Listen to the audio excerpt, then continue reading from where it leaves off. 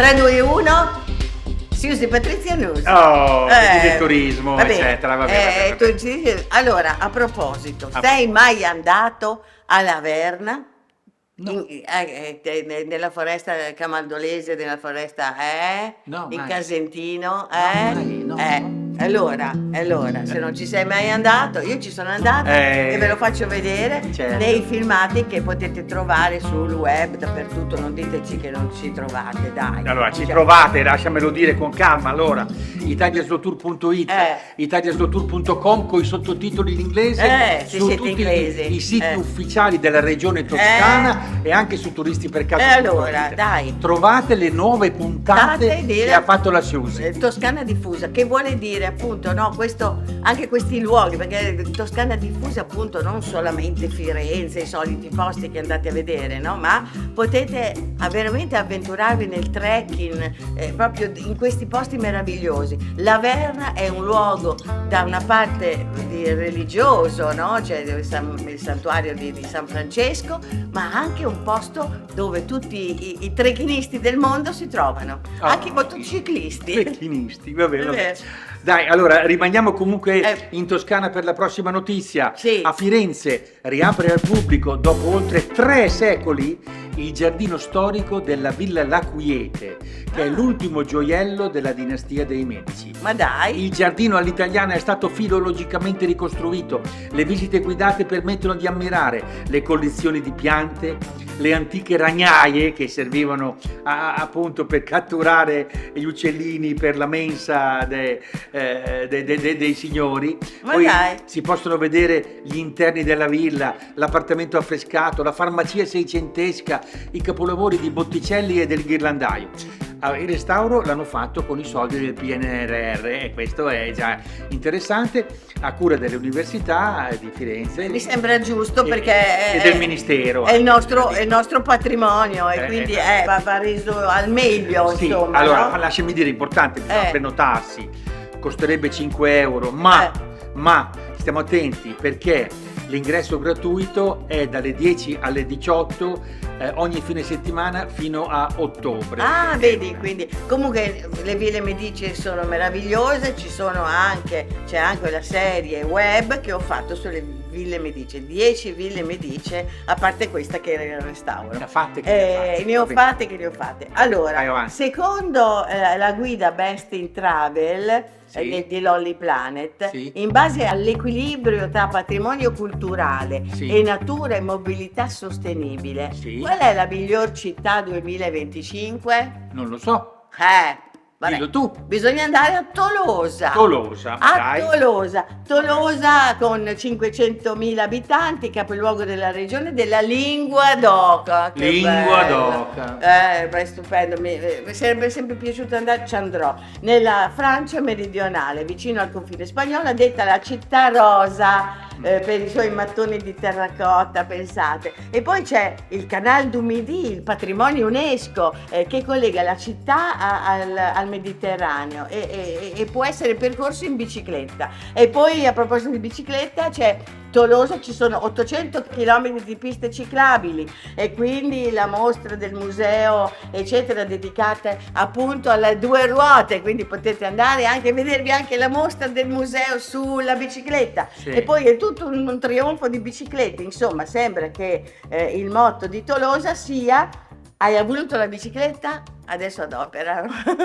Vabbè, allora proprio di bicicletta, Alto Adige. L'Alto Adige lo dice proprio, è alto. Quindi uno dice: io non ci vado in bicicletta in Alto Adige perché è tutta una salita. E invece no, perché a Rio Pusteria, 3.273 abitanti, provincia di Bolzano, situato nell'omonima valle, da domani al 5 luglio ci sono le settimane e-bike. E-bike è inglese, vuole dire bicicletta a pedalata assistita, quindi si possono fare anche le salite.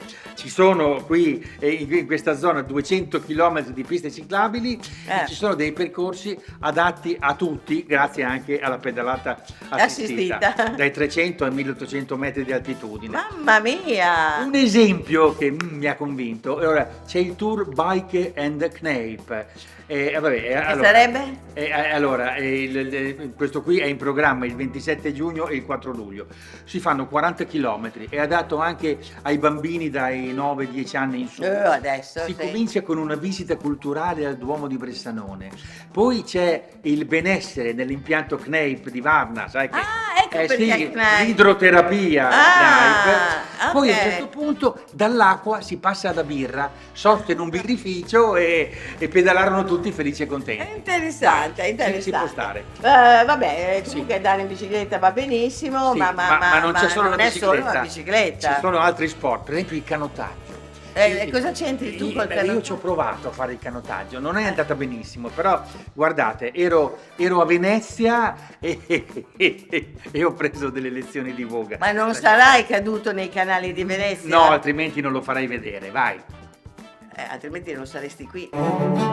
La dinamite, la Coca-Cola e il risotto allo zafferano sono invenzioni nate per caso. A me piace pensare che circa 1000 anni fa, in uno squero cantiere veneziano, un maestro d'ascia un po' brillo abbia messo assieme a caso delle assi di faggio, noce, quercia, larice, pino, olmo, cedro e mogano e sia venuta fuori una barca bella da vedere, ma tutta storta, asimmetrica, disassata, una gondola.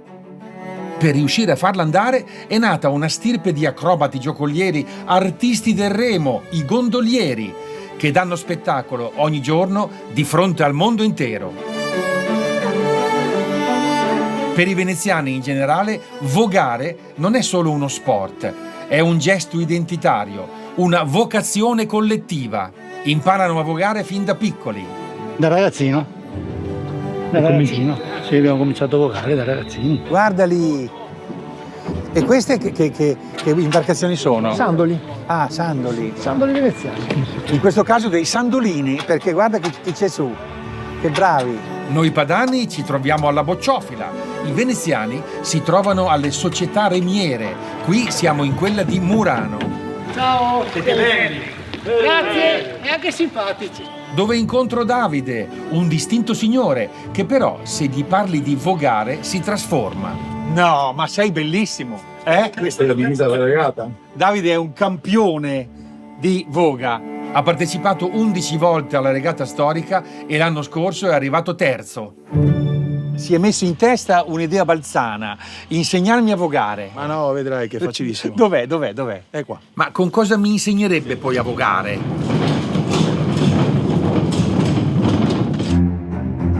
Vogare su una gondola. Guarda quanto è lunga, non finisce più. Cioè, come fa uno a stare in piedi qua, in equilibrio su questa popina sottilina, avendo davanti questo mostro che sembra è lungo come una locomotiva? Una gondola veneziana è lunga 11 metri, larga 1,40 e pesa più di 500 kg. In tutto questo io ho visto la mia barca ideale, guarda, è quella là bianca con la capottina. Guarda che meraviglia, a motore, piccolina. Adesso per andare in acqua dobbiamo montare gli scalmi, che in veneziano sono le forcore. E ti rendi conto che adesso ti stai rovinando la reputazione? Ma vero? no, vedrai.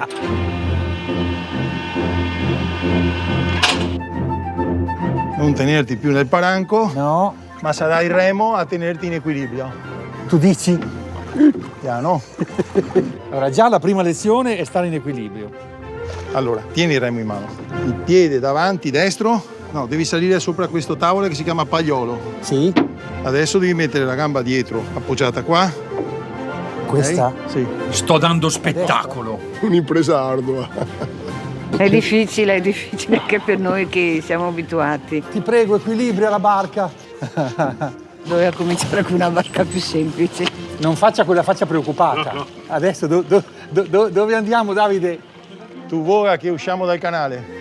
Oh, ma E spero solo di non sbilanciarmi e di cascare in acqua. No, speriamo di no, anche perché non è l'acqua pulita. Bravo, proprio il movimento così. oddio. Quando uno perde il remo si dice che i granchi glielo mangiano. Devi cercare di fare un movimento armonico, di spinta. Stai dritto, no? Col busto, guarda. Sì. Guardami. Riesci a guardarmi? No. Allora, no. Vabbè, meno male che non sei caduto. Quasi. Va bene, ci vediamo alla prossima puntata. Mi raccomando, date rete ai nostri consigli. Insomma, se volete in bicicletta, avete visto, ci sono un sacco di possibilità. Anche in gondola. Ciao.